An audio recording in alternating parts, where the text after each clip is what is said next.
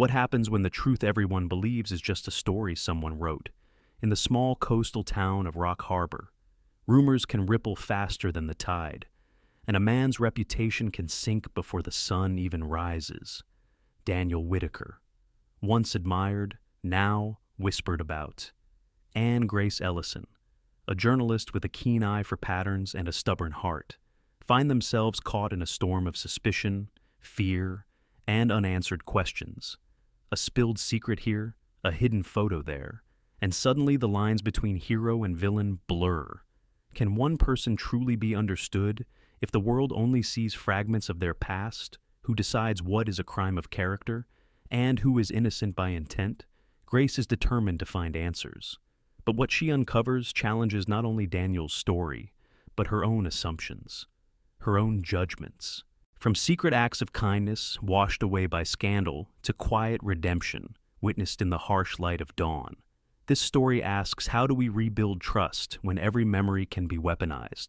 And how do two wounded souls choose to see each other clearly when the world insists they can't join us, as we follow Grace and Daniel on a journey of mystery, misunderstanding, and ultimately, the slow, patient work of love and redemption?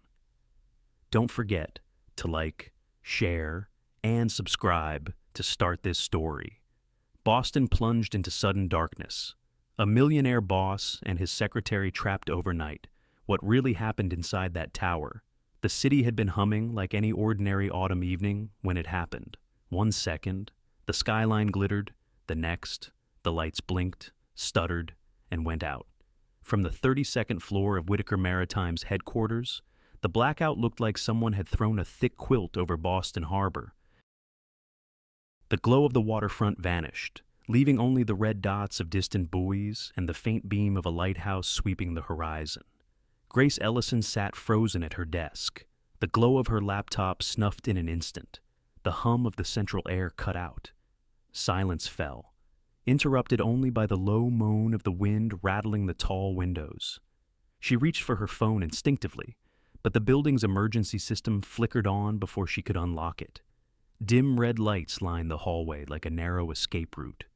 Across the glass-walled office, Daniel Whitaker emerged from his conference room, tall, lean, still in his navy suit though the tie hung loose. He looked every bit the man used to commanding rooms. But in the red emergency glow, there was something strangely human about him, shadows softening the sharpness of his jaw, weariness showing in the lines around his eyes. Generators should kick in, he muttered, more to himself than to her. Yet nothing came. The building shuddered, then stilled again. The elevators stopped. The silence grew heavier. Grace swallowed. Are we stuck here? Daniel's gaze shifted to her, steady and unreadable. For now. It wasn't the first time she'd stayed late, typing reports while he handled calls with clients across time zones. But the blackout changed everything. This wasn't the predictable world of spreadsheets and schedules. It was just two people, suspended in a glass tower, with the city gone dark beneath them. Minutes stretched. An acrid scent drifted through the air, burnt paper, faint but sharp. Grace glanced toward the copy room. A power surge. Maybe? She thought of her father's oxygen machine back in Rock Harbor, and her stomach tightened. Was the outage that widespread? She prayed Maggie, her cousin, had checked on him. Daniel's voice cut through her worry. There are blankets in the emergency cabinet. He opened it with practiced efficiency, pulling out foil-lined packs and a small lantern. The glow lit his face in uneven patches. He held out a blanket to her. She hesitated. You keep it. You look colder than I do. One brow lifted at that. Then, without comment, he draped the blanket over her shoulders anyway. The motion was simple, unthinking, but it startled her. She had spent years keeping her boss at arm's length, professional, efficient, invisible when possible. Now his coat brushed her skin, and suddenly he was no longer just a figure on magazine covers. He was a man, close enough to hear the cadence of his breathing, to break the silence.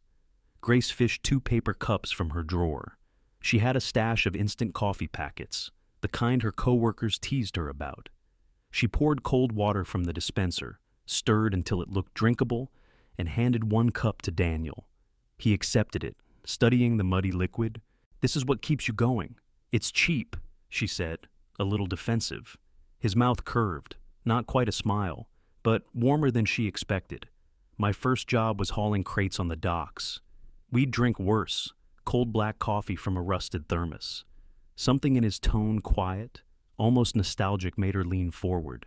"You worked the docks 14 years old," he said. "Back when money meant dinner or no dinner, no one handed me an empire." The words hung between them. She'd read the articles, the polished stories of a self-made magnate, but hearing it from him now, with the lantern throwing uneven light on his face, it felt different, real.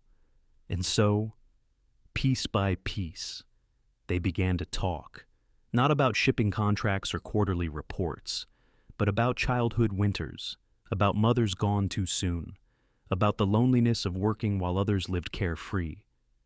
Grace admitted her father's illness kept her awake most nights, the way she calculated every prescription against her paycheck.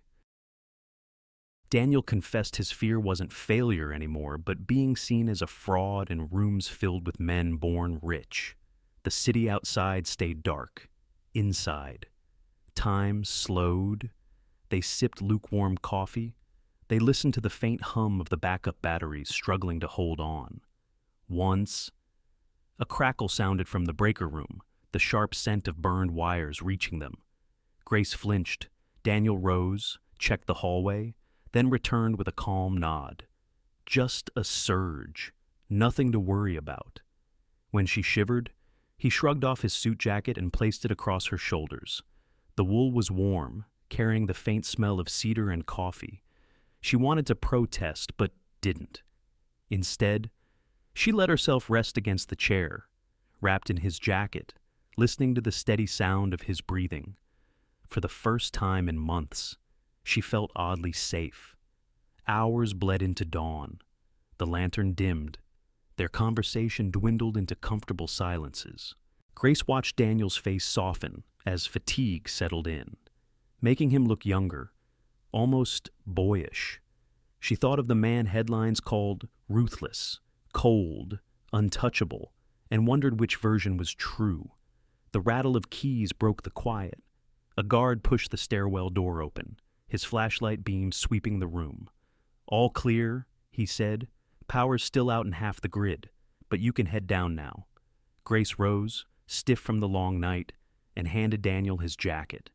They walked side by side toward the exit, not touching, yet closer than they'd ever been. The stairwell smelled of dust and metal. At street level, the air was sharp with the scent of generators. Reporters had gathered, drawn by the blackout. Most ignored them until a camera snapped. Grace blinked, startled by the flash. A man she didn't recognize lowered his lens, eyes sharp with triumph, already dialing his phone. By the time Grace reached her apartment, her phone buzzed non-stop. She set her bag down, fingers trembling, and looked at the screen. The headline glared back at her in bold black letters. One night with her millionaire bosses changed everything. Now the secretary's reputation is destroyed. Her breath caught. One night? That was all it had taken. Grace never asked for attention. But after the scandal, even her hometown whispered her name. When she walked through the glass doors of Whitaker Maritime the next morning, she felt the shift in the air. The same receptionist who usually greeted her with a polite nod glanced away too quickly.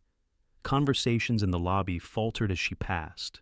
She told herself it was her imagination, that people were only distracted by the lingering blackout still crippling parts of Boston.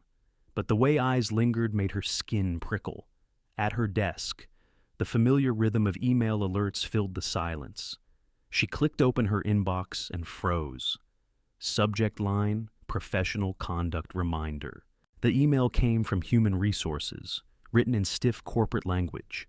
It reminded employees of the company's code of ethics, the importance of maintaining clear professional boundaries, and the expectation of propriety during all work-related functions, both on and off the clock.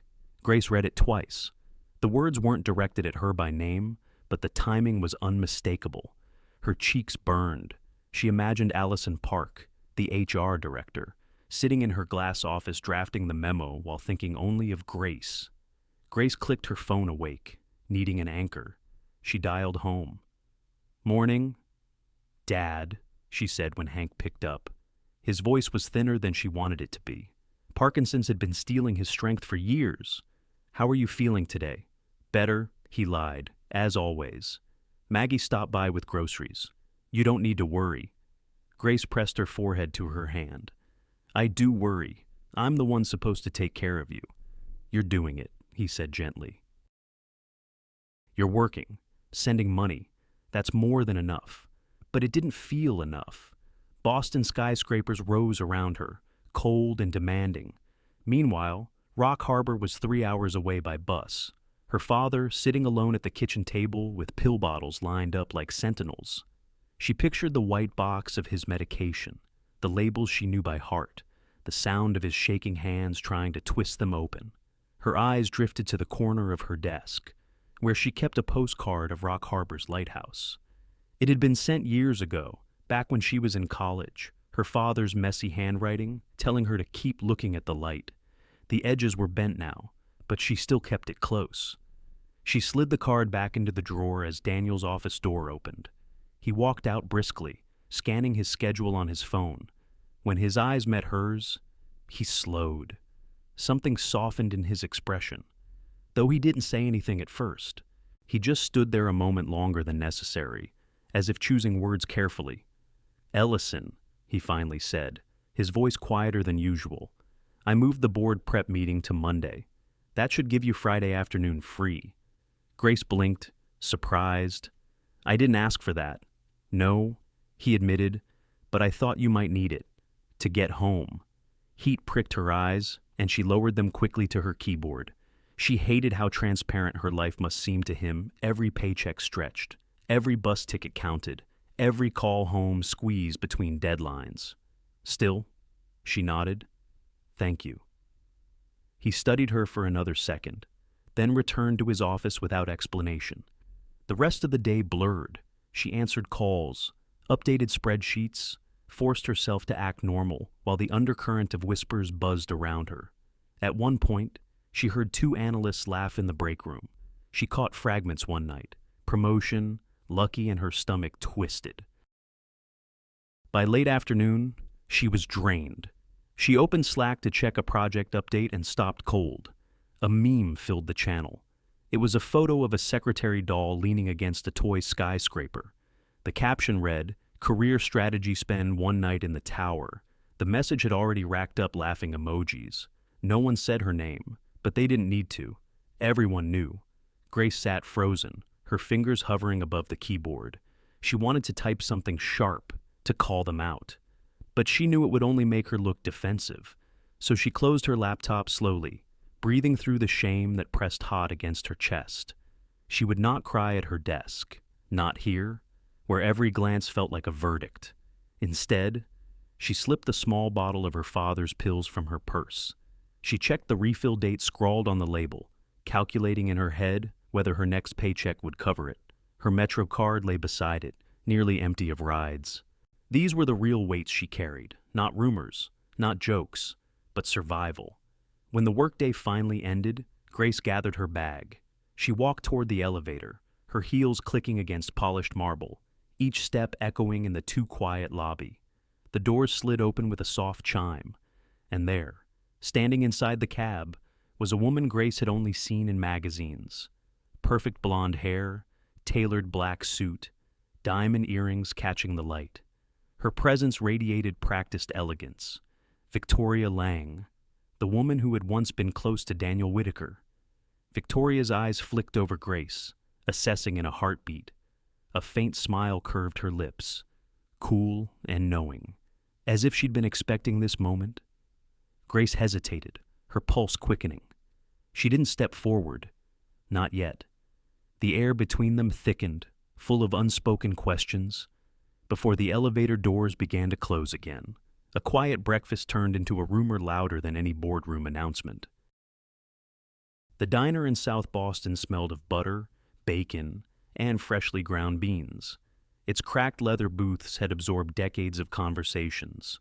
Truckers, dock workers, and young office clerks mixed at the counter, their voices blending with the hiss of the griddle. Grace liked this place because no one from the skyscrapers came here. It was ordinary, safe. That morning, Daniel slid into the booth across from her. No tailored suit, no boardroom authority, just a dark sweater, coat collar turned up, and the faint trace of fatigue under his eyes. He carried himself with a certain control, but here, surrounded by chipped mugs and the clatter of forks, he looked less like the Millionaire in glossy magazines and more like a man catching his breath. "Coffee's strong," Grace warned, sliding the menu toward him. Daniel lifted the mug already waiting for him, black and steaming. He took a slow sip, the corner of his mouth curving. "Reminds me of mornings in Indiana, bitter enough to keep you awake, cheap enough to make you appreciate it." She leaned back, studying him. "You grew up in Indiana small town near the Ohio River. Nothing glamorous." He set the mug down carefully, as though it were something fragile. "My father left when I was 10. By 14, I was hauling cargo at the docks, gloves too big for my hands, but it paid." Grace listened quietly, the scrape of a fork against a plate filling the pause. He reached into his coat pocket and pulled something out, a pair of worn work gloves. The leather cracked, the seams frayed. "I keep these," he said, placing them on the table between them. "Not for use anymore, just as a reminder, discipline, sweat, the kind of lessons that don't fade." Grace touched the edge of one glove. The leather was rough, scarred from years of labor. She imagined a teenage boy gripping ropes, stacking crates in the cold dawn. It was a different image from the man who now commanded fleets of ships with a phone call. "My mom," she said softly. She used to wear gloves like these in the winter, thin, cotton ones. They never kept her hands warm. She stared at her coffee. "She died when I was 12. Pneumonia. After that, it was just Dad and me." Daniel's gaze didn't waver. He didn't rush to fill the silence, and she was grateful. Too often, people tried to soften her grief with quick reassurances. He simply let it be, his presence steady across the table. The waitress arrived with pancakes for Grace and eggs for Daniel. Plates clinked, silverware gleamed under fluorescent light. Grace cut her pancakes slowly, syrup pooling across the plate. The warmth of the food, the ordinary comfort of it, anchored her. They spoke of smaller things then, the way Boston never fully prepared you for winter winds, the quiet dignity of towns that never made the news, the stubborn pride of people who worked with their hands. Their words weren't flirtation, not yet, but something gentler stirred. Trust, maybe, still. They kept a careful distance, no touches across the table, no lingering stares. Just the steady rhythm of two people who rarely revealed themselves, but, for once, allowed the walls to thin. By the time they left the diner, morning traffic had thickened, horns echoing off brick buildings. Daniel held the door for her, his coat brushing hers, and for a second, Grace felt the nearness of him like a spark. Then it was gone, swallowed by the cold air. At the office, her laptop greeted her with a new storm. Someone had started an anonymous blog, insider stories about Whitaker Maritime. That morning's post carried her name, twisted into scandal. Secretary climbs from small-town roots to luxury life after a single night. The words blurred as she read them. They weren't just whispers anymore. They were printed lies, feeding on curiosity, spreading through the digital veins of the city. Her inbox filled with links. Colleagues sent them with half curiosity, half cruelty. Slack buzzed with reactions she couldn't bear to read. She closed the screen, but the words clung to her like smoke. By evening, her phone rang. Grace. It was Maggie, her cousin, voice tight. "Dad heard something at the grocery store. People talking. About you and your boss." Grace closed her eyes, her hand pressing against her chest. Rock Harbor was 3 hours away, yet somehow the gossip had traveled faster than any train. Her father, who barely left the house except for appointments, was now a spectator in a circus she never asked to join. "I'll explain," she whispered, though her throat ached. After she hung up, she sat alone in her apartment. The postcard of Rock Harbor's lighthouse rested on the nightstand. She picked it up, running her thumb over the faded ink. Her father had written, "Keep looking at the light." But tonight, all she saw were shadows. Shadows that stretched from Boston's towers all the way to her hometown shores. And her reputation, once built on quiet perseverance, now trembled on the edge of collapse. The headline wasn't just words. It was a blade cutting through Grace's name. By midweek, the gossip had leapt from whispers to printed ink. Tabloids sprawled across convenience store racks, each front page screaming variations of the same story. One night with her millionaire boss. Her face was grainy in the photos, blurred at the edges yet unmistakable. A silhouette of her beside Daniel in the stairwell. A pixelated image of them leaving the tower at dawn. Simple gestures walking side by side, recast as evidence of scandal. Online, it was worse. Social media threads filled with strangers dissecting her life. They pulled up her old college yearbook photos, her LinkedIn profile, even her father's address. Every detail was twisted into proof of ambition, of a woman who supposedly knew exactly what she was doing. Grace sat at her desk, hands trembling as she scrolled. Each comment felt like a pebble thrown at glass, small but relentless, threatening to shatter her completely. The ding of an incoming email broke her trance. She clicked it open, and her chest tightened. From Victoria Lang. Victoria arrived that afternoon in person, heels clicking against the marble lobby like the sound of judgment itself. She looked like she belonged in the glossy pages of those very magazines now tearing Grace apart. Impeccable black suit, pearls at her neck, hair perfectly coiffed. "Grace Ellison," Victoria said, her tone smooth as silk but carrying an undertone Grace couldn't mistake. "I thought you might need guidance. These storms can drown a young woman quickly." Grace forced a polite smile. "I'm managing." Victoria tilted her head, studying her like a specimen. "Daniel has a generous heart. Too generous, sometimes. It attracts attention, especially when boundaries blur." The words slipped out with elegance, but each one was a dagger. Grace caught the glance from the receptionist nearby, the curiosity in her eyes. She straightened her shoulders, refusing to let Victoria see her flinch. "Thank you," Grace said quietly, "but I'll handle my own reputation." Victoria's smile didn't waver. "Of course, dear. I only hope the world sees you as more than just a passing story." And then she was gone, leaving behind the faint scent of expensive perfume and a silence that hummed with humiliation. By evening, the damage reached Rock Harbor. Maggie called with a voice sharp from anger. "Grace, the neighbors are talking. I heard someone at the post office call you the secretary who sold herself. Dad overheard. He tried to defend you. But..." Her cousin trailed off, the weight of it too heavy. Grace's heart sank. She pictured her father, fragile hands clutching the edge of the kitchen table, hearing his daughter's name tossed like gossip across a counter. She wanted to run home, to shield him, but even 3 hours away, the storm had already landed on his doorstep. That night, she lay awake staring at her ceiling, the glow of her phone lighting up the dark.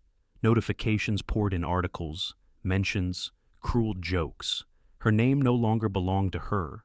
It belonged to headlines, strangers, and enemies she had never met. And then came the twist.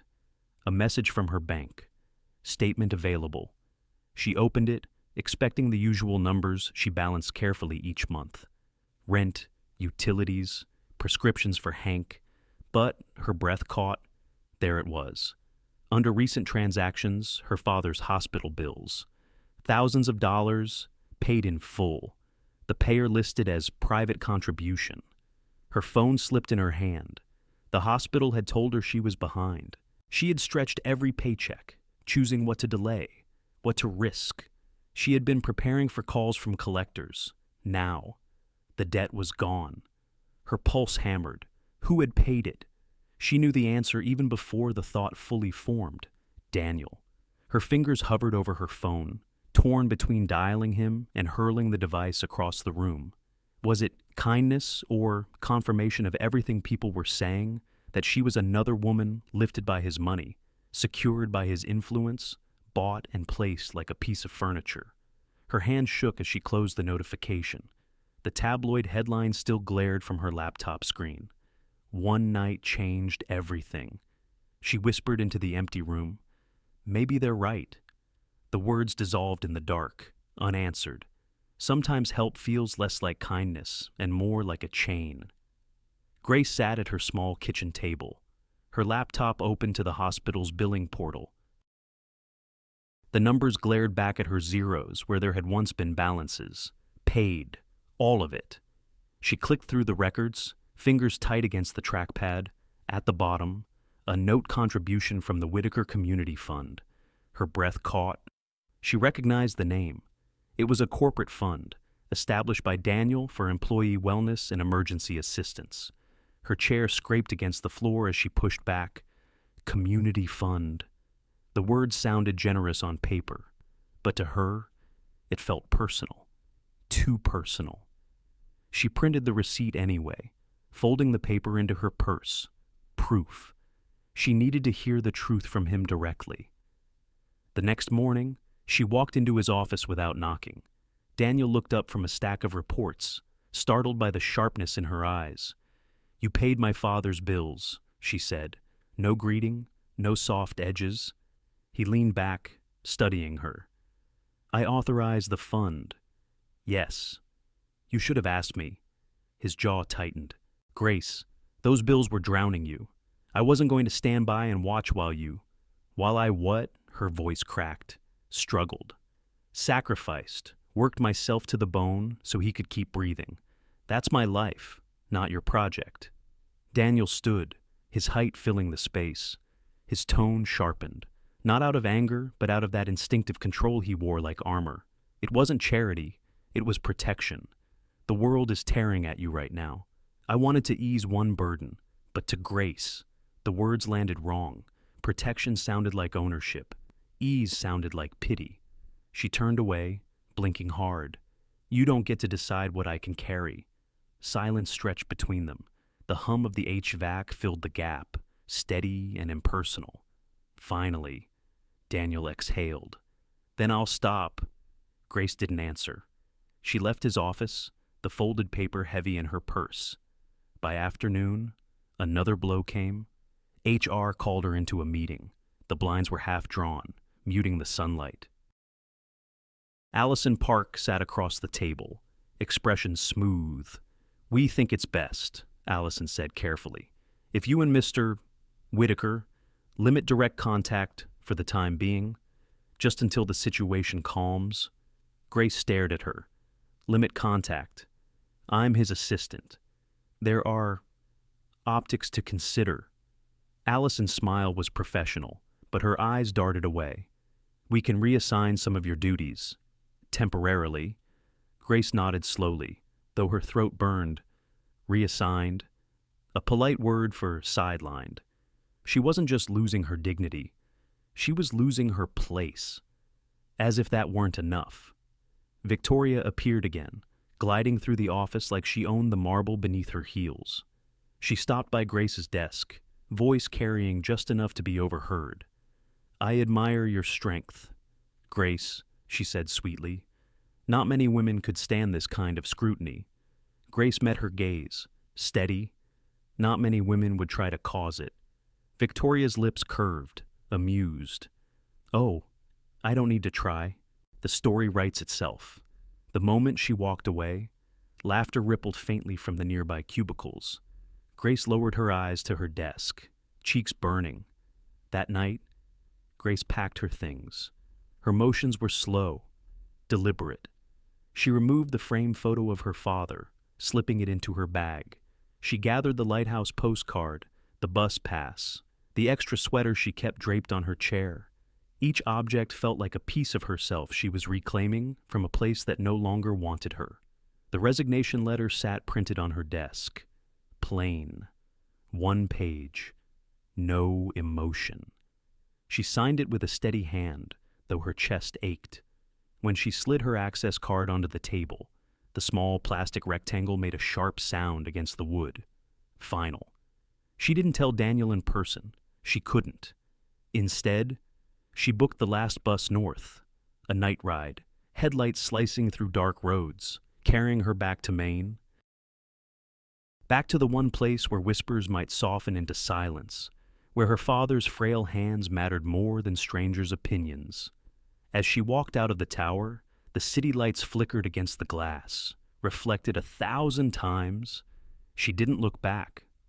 Upstairs, Daniel stood alone in his office. The blinds were half open, revealing Boston spread below him like a sea of glittering points. Normally, he found comfort in that view, the reminder of how far he'd come from docks and gloves and cold mornings. Tonight, the lights looked distant, like a world receding from him. He pressed his palms to the window, the glass cool beneath his skin.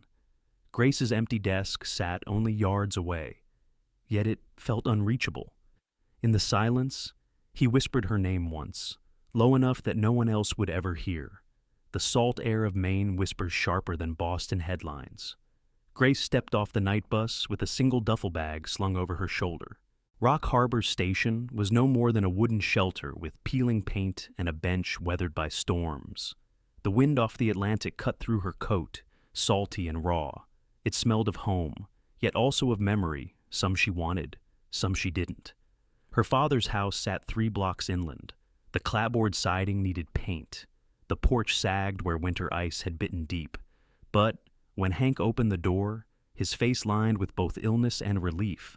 It felt like the only place she belonged. "You shouldn't have come," he said, though his arms lingered around her shoulders longer than his words allowed. "You shouldn't be alone," she answered, setting her bag down by the old radiator. The days fell into rhythm quickly.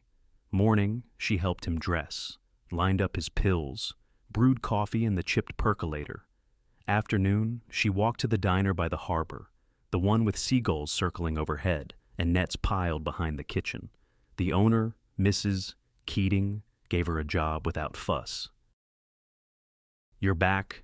That's enough," she said, handing Grace an apron. Grace scrubbed tables, refilled mugs, carried plates heavy with fried fish. She listened without reacting when fishermen at the counter muttered, "That's the girl from the papers." Their words slid over her like cold rain. She had learned silence in Boston. Here, she mastered it. At night, she sat by the window of her father's living room, knitting the old wool scarf her mother had left unfinished years ago. The yarn was coarse, dyed a deep navy. She wound each stitch slowly, steadying her thoughts with the rhythm. Around her shoulders, she wrapped her mother's own scarf, frayed at the ends but still carrying a faint scent of lavender from cedar chests.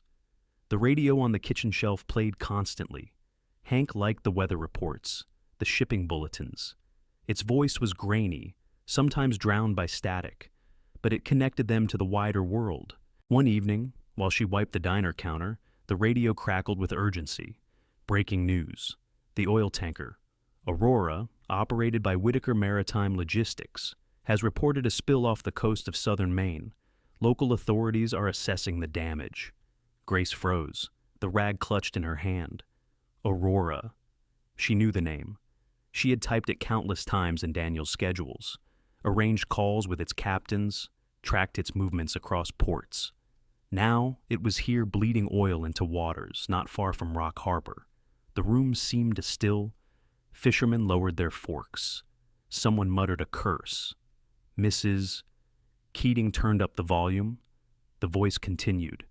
Residents are advised to avoid shoreline activity until further notice. Coast Guard units have been deployed. Grace's stomach twisted. The words felt personal. She could almost see Daniel's face, stern and unyielding, as if he were standing across from her now. When she left the diner that night, the wind carried more than salt. A sharp chemical tang threaded the air. Oil, She climbed the bluff behind her father's house. Scarf pulled tight against the gusts. The lighthouse beam swept across the horizon, but its glow seemed weaker, blurred by mist and fumes. She inhaled, then coughed, hand covering her mouth. The sea, once a comfort, now smelled of danger. Below, the waves struck the rocks with restless force, streaked with black sheen under the dim moonlight. Grace pulled her scarf tighter. She whispered to herself, steady as she could, "I will stand on my own, even if the whole ocean turns dark." But as she watched the lighthouse fade in the fog, she wondered whether standing alone was ever truly enough. An ex didn't come to accuse but to clear the air. Grace was wiping down a table at the harbor cafe when the bell above the door jingled. She glanced up, expecting fishermen or tourists, but the woman who entered didn't belong to either group. Bethany Cole carried herself with quiet assurance. Her coat was simple wool, her hair pulled back loosely, and her smile was unpolished but kind.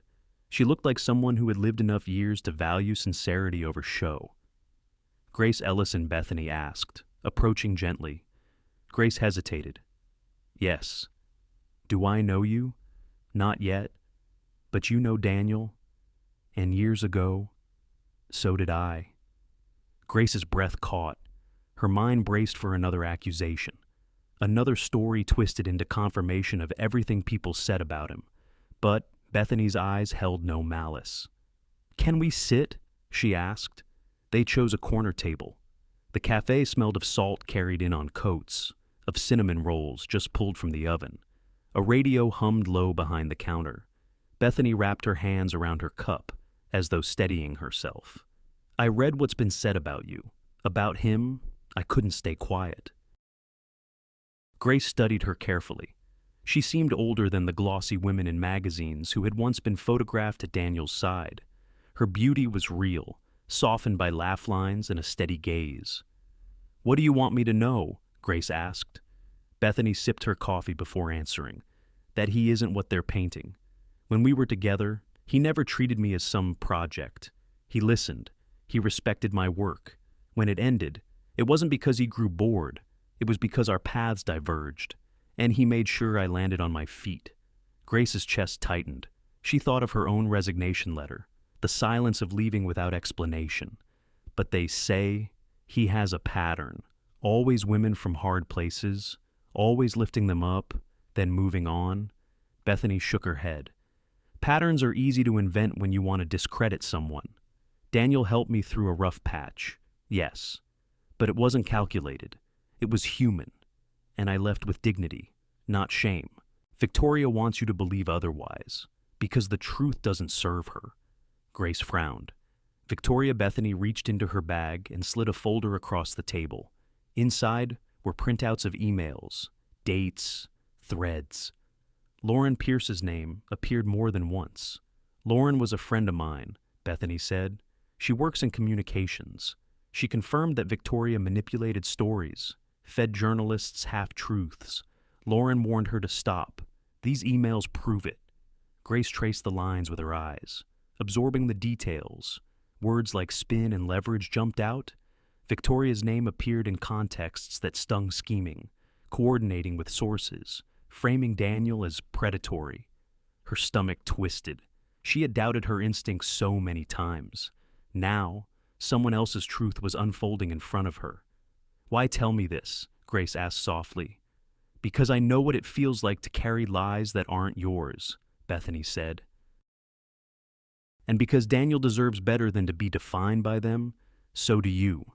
The cafe door opened, bringing a rush of cold air. A fisherman stamped his boots by the counter, muttering about the Coast Guard bulletin. Grace half listened until the words caught her attention. "Sabotage. They think spill might not be an accident."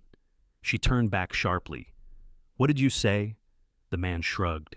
"Radio said Coast Guard's looking into foul play with that tanker. Aurora. Wasn't it?" Bethany's expression grew grave. "If that's true, someone's aiming straight at him. At the company." Grace's pulse quickened.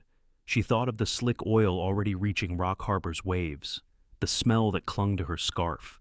This wasn't just Daniel's empire at risk. It was her town. Bethany reached once more into her bag. This time, she pulled out a slim photo album. The edges were worn, the cover softened by time. She opened it on the table. The first image showed Daniel years younger, sleeves rolled up, hauling debris from a storm-struck beach. Another photo, him kneeling beside children planting saplings along a shoreline. None of these moments had ever made the press. He never wanted credit, Bethany said. He just showed up, quiet, gave time, not just money. People forget that side of him because it doesn't sell papers. Grace's eyes stung. She turned the pages slowly, each image undoing some of the bitterness she had swallowed. There was Daniel, handing out bottled water to tired volunteers. Daniel, laughing with a teenager covered in mud. Daniel, standing in the rain with a look of determination she recognized all too well. For weeks, she had asked herself whether he cared, or whether she was just another name in a long list. But here was proof, years before she existed in his orbit, that he had chosen compassion without an audience. Grace closed the album gently, hands lingering on its cover. "You've given me a different truth," Bethany nodded. "What you do with it is yours to decide. Just don't let Victoria's lies be the only story left standing." They rose from the table. Outside, the wind was harsher, carrying the faint chemical tang from offshore. Grace pulled her scarf close, her thoughts racing. When she returned home, the radio was still on in the kitchen. The Coast Guard's voice was calm but firm. "We have reason to believe sabotage may be involved in the Aurora spill. Investigations are ongoing." Grace sank into a chair, eyes on the lighthouse barely visible through fog. Hope flickered, fragile but real. If sabotage was proven, maybe truth could surface not only for the harbor, but for Daniel too. Yet fear coiled tight in her chest, because if someone was willing to sabotage a tanker, they wouldn't stop at rumors. The sea turned black, and with it, the line between truth and lies. By dawn, Rock Harbor smelled of fuel.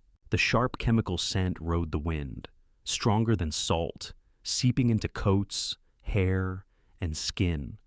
Waves lapped against the docks, streaked with a greasy sheen that glistened under gray light.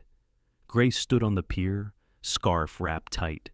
She had grown up with this harbor as a place of life, lobster traps stacked in neat rows, gulls circling, fishermen calling greetings. Now it looked wounded, the water sluggish, the air heavy. Engines rumbled, trucks rolled in, carrying bright orange booms. Heavy coils of floating barriers meant to corral the spill. Volunteers gathered in rubber boots and borrowed gloves. Some faces she knew from childhood, lined now by years of salt wind. They glanced at her, but didn't speak. The silence carried judgment, but also something else, uncertainty. Then a figure climbed from one of the trucks. Daniel Whitaker. No tailored suit this time. He wore canvas work pants, a weatherproof jacket smeared already with grease, boots caked in mud. A cap pulled low shadowed his eyes. For a moment, the crowd stiffened. This was the man they blamed, the man tied to the company name on every headline. But Daniel didn't stand apart. He walked straight into the cluster of workers, lifting his voice over the wind. "We'll set the booms east first, then circle back before tide shift. Helicopter arrives in 30 for aerial check.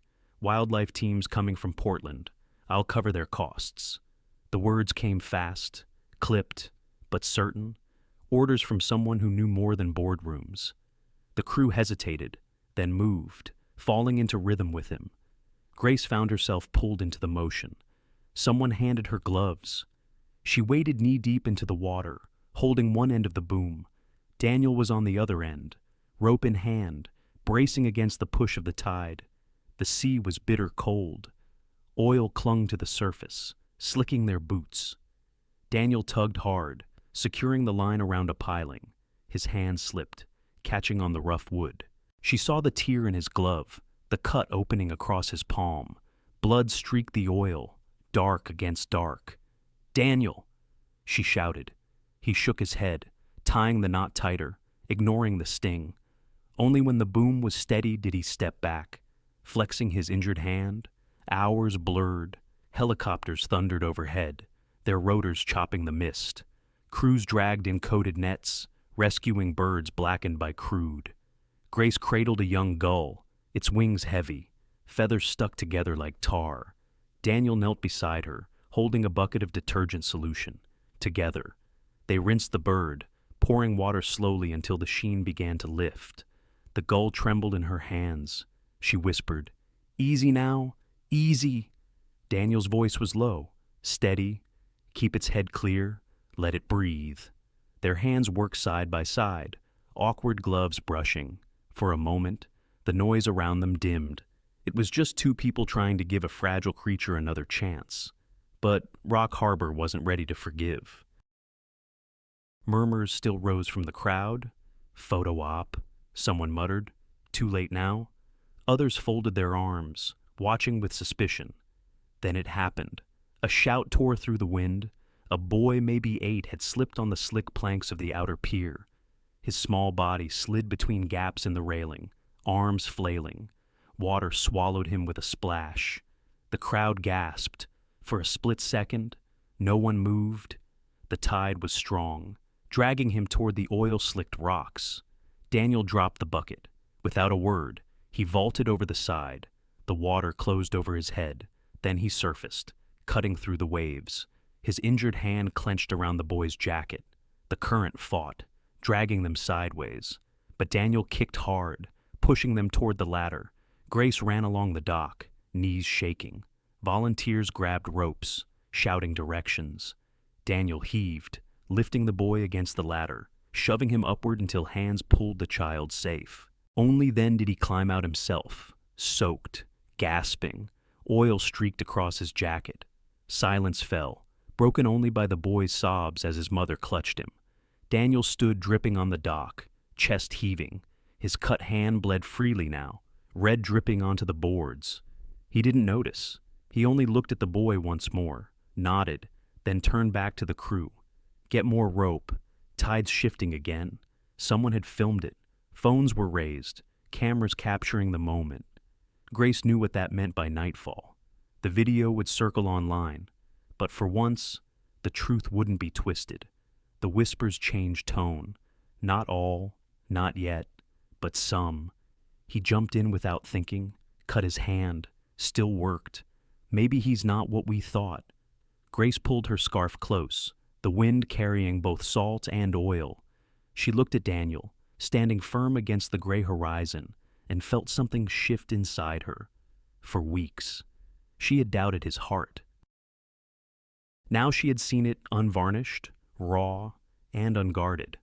As the sun dipped lower, the waves calmed. The smell of oil lingered, heavy and sharp. Yet under it, faint but present, was the sound of gulls returning, their cries cutting across the harbor like fragile hope. And the town, still wary, still wounded, began to speak of Daniel Whitaker in a different voice. Sometimes redemption smells like soup simmering in a church kitchen. By morning, Rock Harbor's white-steepled church stood not only as a place of worship, but as a lifeline. Its basement hall had been turned into a makeshift kitchen. The clatter of ladles, the hiss of boiling pots, and the hum of tired voices filled the air. Steam rose, fogging the old windows, carrying the scent of chicken broth, carrots, and thyme. Grace moved among the tables with practiced rhythm. Clipboard in hand, she noted who needed warm meals delivered, which families lacked blankets, which fishermen had lost traps in the chaos. The work steadied her. It reminded her of childhood suppers after storms, when neighbors came together with what little they had. Daniel was there, but not in the center. He stayed by the supply corner, stacking crates of canned beans, unloading boxes of bread, and quietly writing checks. He had insisted that every receipt bear the church's name, not his. When people asked, the pastor explained that donations came from a network of supporters. Daniel never corrected him. Grace noticed. She also noticed the way his shoulders sagged after hours of lifting, the bandage on his hands seeping through at the edges. He didn't complain. He simply kept moving, fetching, carrying, fixing. At midday, The Coast Guard delivered their update. A young officer laid papers on the table, voice low but firm. "We've recovered equipment on site, not Whitaker Maritimes. Markings tie it to Gray Line Shipping." The room went still. Gray Line, the rival company. For weeks, whispers had placed blame squarely on Whitaker's empire. Now, suspicion shifted. Grace glanced at Daniel. His jaw tightened, but he didn't speak. He only nodded, as if truth were too heavy to celebrate yet. Later, as evening settled, the hall quieted. Children napped on pews. Volunteers leaned on coffee cups. Exhaustion etched into their faces. Earl, one of the oldest fishermen in town, shuffled toward Daniel. His cap was frayed, hands calloused from decades on the water. He had been one of the loudest voices calling Daniel a fraud. "You don't give up easy, do you?" Earl muttered. His voice was rough, but something softer lingered underneath. Daniel looked at him with tired eyes. "Neither does the sea." Earl grunted, but the corners of his mouth twitched. A truce of sorts, fragile but real. Night fell. The storm winds eased, but the tide left debris scattered along the waterfront. Grace, restless, walked outside with her scarf pulled tight. Street lamps flickered weakly, casting long shadows across the docks. That was when she saw him, Daniel, alone on the breakwater. No cameras, no crowd, no audience. He wore the same stained jacket, sleeves rolled to the elbows. A trash bag sagged beside him, half filled with oil-slicked debris. With his good hand, he scraped clumps of seaweed and plastic, tossing them into the bag. Waves crashed hard, spraying him with salt. The cold cut sharp. Yet, he worked on. Boots braced against the stones. Grace stopped, heart twisting. This wasn't corporate charity. It wasn't strategy. It was stubborn, solitary effort. A man trying to make amends with his own hands, knowing it might never be enough. For a long moment, she simply watched. The hiss of waves, the rustle of his jacket, the sound of him breathing against the wind, all of it pressed into her memory. She thought of the gull they had washed together, of the boy he had hauled from the sea, of the soup simmering in the church kitchen with his quiet signature hidden behind it. And a question rose, one she couldn't push away. Am I judging him for loving in a way I don't understand? Grace tightened her scarf, the salt air stinging her cheeks. She didn't step forward, not yet. But the sight of him there alone, weary, relentless, stirred something inside her that felt dangerously close to forgiveness. The sea smelled of oil still, but also of resilience. Somewhere in the dark, gulls cried again, searching for light. On an old wooden bridge, two wounded souls finally spoke without armor. The sun had not yet cleared the horizon. Mist curled above the harbor, softening the edges of boats moored below. The bridge stretched across the inlet, planks worn by decades of footsteps, its railings rough with salt. The tide lapped gently, rocking small skiffs against their ropes. Grace stood at the center, hands shoved deep in her coat pockets. The night's cold still clung to the air. Her breath rose in pale clouds. She hadn't slept much.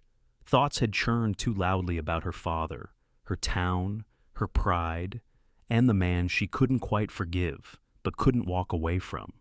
She heard his footsteps before she saw him, heavy, measured, unhurried. Daniel's frame appeared through the mist, jacket zipped, gloves tucked in his waistband. His bandaged hand rested at his side, the other carrying a thermos. He stopped a few feet away, close enough to feel his presence, far enough to leave space. "I figured you'd be here," he said quietly. His voice was rough from fatigue. Grace turned her eyes back to the water. "It's the only place I can think clearly." For a moment, there was only the sound of a gull crying overhead, the wooden boards creaking under the tide's pull. Then Daniel spoke again. "I need to explain why I do what I do. The money, the fixes, the accounts." He paused, searching for words. "It isn't about control, it's about fear. When I see someone I care about struggle, my mind goes back to when I was a boy with nothing, I promised myself I'd never be powerless again. Throwing money at problems, it feels like armor. It keeps me from feeling helpless. Grace swallowed hard. She had imagined excuses, rehearsed defenses, but not this raw, unpolished truth. Her voice was steady, but soft. And when you do that for me, Daniel, it doesn't feel like protection. It feels like pity, like you're writing over my story, replacing it with yours. I've fought too hard to stand on my own, to let anyone decide my worth, even you. Silence stretched. The harbor shifted, ropes tightening, water sucking against pilings. Daniel's jaw clenched, then eased. He nodded slowly. Then we set rules. He said, no more decisions without you, no more secret accounts. If I help, it's because you want it, not because I can't stand still. Grace turned to him fully for the first time. His eyes were tired, rimmed red, but clear. And I'll try not to see every gesture as charity. If you're offering, it has to come with respect. Mutual, transparent.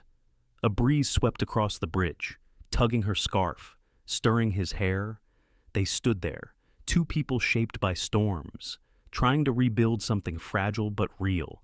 Daniel shifted, unscrewing the thermos. He poured steaming coffee into its metal lid and offered it. She accepted, hands brushing his briefly, warmth seeping through chilled fingers. They drank in silence, the quiet not heavy this time, but healing. It was Grace who finally spoke. So, what happens now? As if in answer, the town's church bell tolled, echoing across the harbor. At that same moment, a phone buzzed in Daniel's pocket. He checked the screen, his brows drawing together. The Coast Guard just released their report. Grace waited. It's Gray Line, he said flatly. They're facing criminal charges, and his voice hardened. Leaked messages prove Victoria worked with them. She fed lies to smear me, to smear you. She wanted me back, or broken. Grace's grip on the thermos tightened. The name still carried the sting of humiliation, of whispered doubts. Now the truth stood bare. She looked out across the water. The horizon blushed pink as the sun finally broke free. Light glimmered on the ripples, gold threading through black. Then maybe we stop letting her write our story, Grace said. Daniel said nothing, only moved closer, close enough for his shoulder to brush hers. He took off his damp gloves and set them on the railing. Then, with quiet deliberation, he picked up Grace's own wool gloves, laid them beside his, 2 pairs, side by side, drying in the first light of morning. No declaration, no grand promise, just presence, respect, a choice to stand together, not above or below, but level. Grace felt something inside her loosen. For the first time in weeks, the weight of judgment, fear, and pride eased, replaced by something steadier, trust, fragile but alive. The tide shifted beneath them, carrying away the last shadows of night. From broken glass to something beautiful, that's what love demanded. The town hall smelled faintly of varnished wood and seawater, carried in on coats. Its walls had seen weddings, funerals, and more than a few heated debates about fishing permits. On this morning, though, it was packed beyond usual measure. Fishermen leaned against the back wall, arms crossed, mothers with toddlers perched on their hips. High school seniors who had painted protest signs only weeks before now sat shoulder to shoulder with church deacons. Grace sat at a table near the front, a stack of papers before her. The clipboard felt heavier than it should, weighted with responsibility. She had agreed to this role not for show, not for redemption in headlines, but because the community needed someone rooted in both worlds, a bridge, imperfect but steady. At her side stood Daniel. No stage lights, no prepared press release, just him, hands folded, eyes steady. He had insisted she take the central chair. Pastor Reed cleared his throat. This session is for public record. We are here to establish oversight for the Rock Harbor Resilience Fund. Murmurs rustled through the room. Grace rose, voice calm, though her knees trembled. The fund exists to rebuild what was damaged, not just by the spill, but by decades of neglect. It will be run locally. I've accepted to serve as executive director. Decisions will be shared with a council made of fishermen, school representatives, church leaders, and town officials. She gestured to the people beside her, faces familiar, lined with trust earned through years. Not dollars. Budgets will be public. Every expense posted on the town's website, nothing hidden. The murmurs softened. Pens scratched notes. Then Daniel stepped forward. His voice carried the tone of someone used to commanding ships and boardrooms, but now gentled with humility. I owe this town an apology. My company's name brought more harm than help in recent months. I can't erase the noise of the media, but I can step back. This fund isn't mine. It belongs here. I will contribute resources. Yes, but only at the council's direction. Rock Harbor will lead. A silence fell. It wasn't disbelief this time. It was consideration. The weight of sincerity carried further than spin. In the front row, Earl lifted his cap, scratched his head. Council will hold you to that. Daniel gave a nod. I expect nothing less. The meeting pressed on budget figures displayed on a projector. Line items debated openly. Fishermen questioned allocations for dock repair. Teachers pressed for after-school programs. Grace answered steadily, sometimes with a tremor, but always with transparency. When the floor opened for public comment, something unexpected happened. The mayor cleared her throat. This town has a long memory. The Ellison family gave to Rock Harbor long before corporate names were stamped on buildings. It was Hank Ellison who fixed nets when others were too tired, who sat on this very board when storms left boats broken. Grace has carried that forward. I propose that our new community center bear the Ellison name. A collective inhale swept the room. Grace's hand froze on her notes. Her father's name. Not a scandal's shadow. Not pity. Honor. Her eyes stung. She looked at Daniel. He didn't speak, didn't push. He only inclined his head toward her, as if to say, "This is yours to answer." Her voice wavered. If the town believes my family's name can stand for resilience, then I accept. On one condition, that it always remain a place for everyone, no matter where they come from. Applause rose, soft at first, then stronger, filling the old hall with warmth. After the session, people lingered, neighbors shook Grace's hand, volunteers signed up for committees. For the first time in months, her name was spoken not with suspicion, but with respect. Outside, the late afternoon sun caught the harbor in shifting blues and silvers. Daniel and Grace walked together down the steps. He reached into his pocket and held out something small resting in his palm, a ring, but not of diamonds. Its band was simple silver, set with a piece of sea glass, pale green, smooth from years of waves and sand. This was once a bottle, broken and useless, Daniel said softly. The sea wore it down, turned it into something strong, something beautiful. When I saw it, I thought of you, of us. Grace's breath caught. Her fingers brushed the glass, cool and smooth, not wealth, not show, a symbol of endurance. I don't need an answer now, he added quickly. It's not about marriage yet. It's about trust, about believing broken things can be made new. She closed her hand around the ring, the sea breeze lifting strands of her hair. Then maybe we're both like glass, she whispered, shaped by what tried to break us. He didn't press further, just slipped his hand into his jacket pocket and walked beside her in silence. That evening, Grace helped the council finalize a draft invitation. White cardstock, simple lettering, grand opening, Ellison Community Center. The printer in the corner hummed, pages stacked warm and fragrant with ink.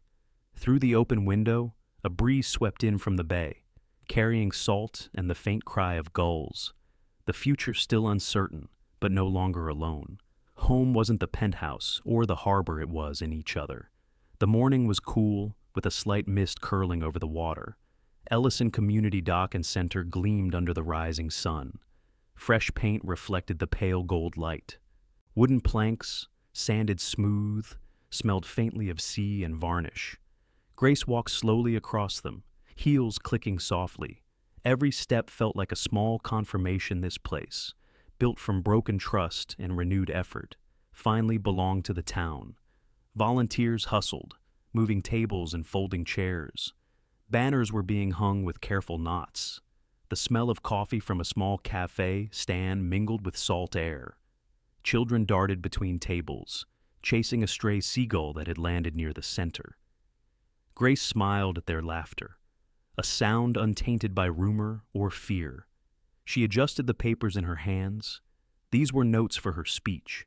She had rehearsed it countless times in the quiet of her apartment, in the early mornings before the harbor woke. But now, standing at the threshold of the center, she realized she didn't need every word memorized. The story was already here, written in the faces around her: fishermen, teachers, church leaders, and neighbors who had once eyed her with suspicion. Daniel stood to her left, quiet, observing. He had insisted she take the lead today. Her name, her voice. His role was silent support, handing water, setting up microphones, adjusting chords but never stepping into the spotlight. Grace inhaled, letting the cool, briny air fill her lungs. She began, "Today isn't about me. It's about all of us, about what we can accomplish when we see one another, when we listen, when we act together." She gestured to the boards behind her, listing programs already funded: scholarships for fishermen's children, vocational classes in navigation and boat repair, an emergency relief fund for storms and oil spills. Every line item had been debated openly, every dollar accounted for. The transparency she had promised was now tangible, a living structure as real as the beams under their feet. Applause rippled through the crowd, gentle but steady. Grace's eyes met Daniel's for a fraction of a second. No words were necessary. His quiet pride mirrored her own, tempered by relief. Throughout the ceremony, volunteers served clam chowder in ceramic bowls, small loaves of bread from the local bakery, coffee and cider in chipped mugs. Grace moved among the tables, her hands busy handing out utensils, her smile steady, though her heart raced. Each nod, each quiet word of thanks, reinforced what she had learned. Respect and trust were earned not with grand gestures, but through consistent presence and action. Daniel knelt to adjust a chair for an elderly fisherman, and Grace noticed the way he moved with deliberate care. There was no urgency in his steps, no rush for recognition, just quiet competence. She remembered the night they had cleaned oil from the shoreline, his sleeves soaked, hands raw, eyes focused. The same dedication was here, just quieter now, supporting her. As the crowd gathered near the podium for her closing remarks, Grace unclasped a small box in her hand. Inside rested two simple rings, silver, unadorned, with a single piece of sea glass embedded in each. Pale green, polished by tides and time. She held them up. "These are not just for me or Daniel," she said softly. "They are for all of us, to remind us that beauty can come from effort, from care, from seeing one another through storms and sun alike." Daniel's eyes met hers. He nodded, as if granting permission, as if acknowledging every difficult conversation, every painful day, every late-night doubt. The ceremony continued with a quiet blessing from Pastor Reed, who spoke of community, endurance, and the courage to act with integrity. Grace watched the light shift through the hall's windows, dancing across wooden tables and eager faces. She realized that home was not in the walls, not in any one person, but in the network of care surrounding her. Afterward, as people drifted toward the docks to inspect boats and classrooms, Grace found herself standing at the edge of the pier. Daniel came up behind her, the breeze lifting his hair, tugging at the edges of his jacket. They stood together in silence for a moment, listening to the water slapping gently against pilings, the soft groan of wood under weight, the occasional call of gulls circling overhead. "Do you think we're ready?" Grace asked quietly. "For what?" Daniel replied, a small smile touching his lips. "For all of this," she said, gesturing to the center, the dock, the town, "for us, for the life we promised each other." He took her hand, fingers curling around hers naturally. We don't need to be perfect. We just need to show up, every day, together. Her heart lifted, a warmth spreading from her chest down to her fingertips. They didn't need fireworks or grand gestures. They needed honesty, presence, and commitment. That was the foundation stronger than any contract or headline. The town began to settle into the evening. Volunteers cleaned tables, packed away equipment. Children clutched seashells and mementos. Grace watched the sunset reflect off the water, colors bleeding like watercolor across the horizon. She felt the weight of every mistake, every rumor, every misunderstanding lift slightly, replaced by clarity and purpose. Daniel stood beside her, hands still entwined with hers. She turned to look at him, noticing the faint lines at the corners of his eyes softened by light and relief. She could see him clearly now, not as a figure of corporate authority, not as a subject of gossip, but as someone willing to build, repair, and sustain. He didn't speak, only nodded toward the small chapel on the far side of the dock. "After everything is settled, we'll celebrate," he said. Grace's lips curved into a small smile. Not a grand wedding, not a spectacle, just a quiet promise, a life to be lived side by side. The lighthouse at the end of the harbor switched on, its beams sweeping the water in measured, steady circles. Light touched the waves and glinted on her sea glass ring. It was not a spotlight on her achievements, nor on Daniel's efforts, but a shared illumination of everything the community had endured and built together. Hand in hand, they walked the length of the pier. Each step echoed softly on the planks, mingling with the distant calls of gulls and the rhythmic slap of waves. She felt anchored not to the town hall, not to the harbor, not even to Daniel alone, but to the shared life they were committing to, built on mutual respect, trust, and care. Every face they passed offered a quiet acknowledgement, the elderly fishermen tipping hats, children waving enthusiastically, neighbors offering warm smiles. Recognition, not spectacle, filled the evening. Grace exhaled, a long, full breath of salt and satisfaction.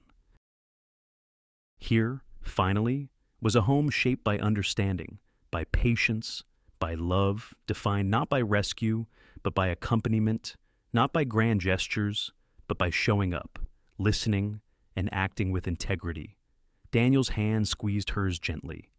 "Home," he murmured, "is wherever we choose to show up together." She rested her head briefly against his shoulder, letting the sound of waves and the soft wind anchor her. It was not a future promised, but a present shared, and it was enough.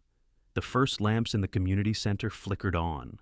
Warm light spilled onto the dock, mingling with the fading sun. Grace could see the shadow of their own silhouettes stretch across the wooden planks, hand in hand, steady and calm. The sea, the town, the dock, the lighthouse, everything seemed to exhale, a quiet promise of continuity. They didn't need the world to recognize their victory. They only needed to keep seeing, acknowledging, and walking together, step by step, toward the center, toward the small chapel, toward a life lived in shared presence, together. And as the lighthouse swept its beam across the water, Grace realized that home was not in a place, not in a role, not in a reputation. It was in the connection she nurtured, in the people who trusted her, in Daniel's steady hand beside hers, in the choice, every day, to show up. The evening air smelled faintly of salt, bread, and new beginnings. Grace tightened her grip on Daniel's hand. He mirrored the motion, just as intentional. No flash of media cameras, no applause necessary. Just the quiet satisfaction of a community rebuilt and two hearts willing to continue, side by side.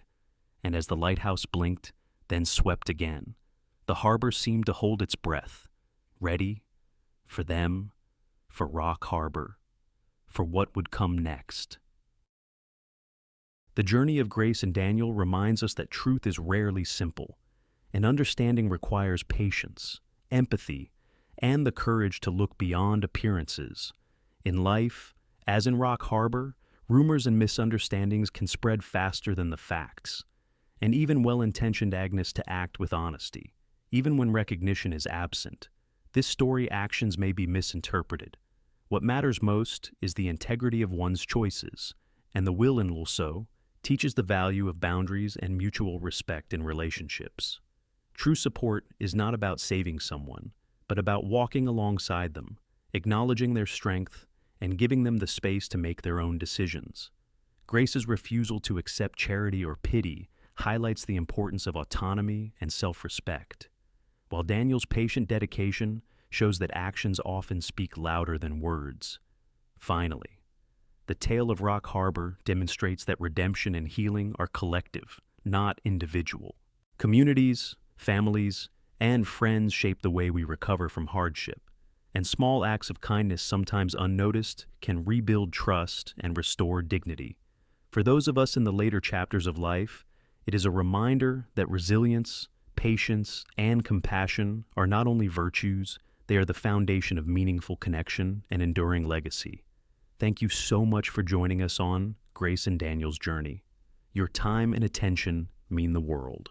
If you enjoyed this story, don't forget to like, share with friends, and subscribe to our channel so you won't miss the next chapter of inspiring stories. Every click helps us bring more meaningful tales to you.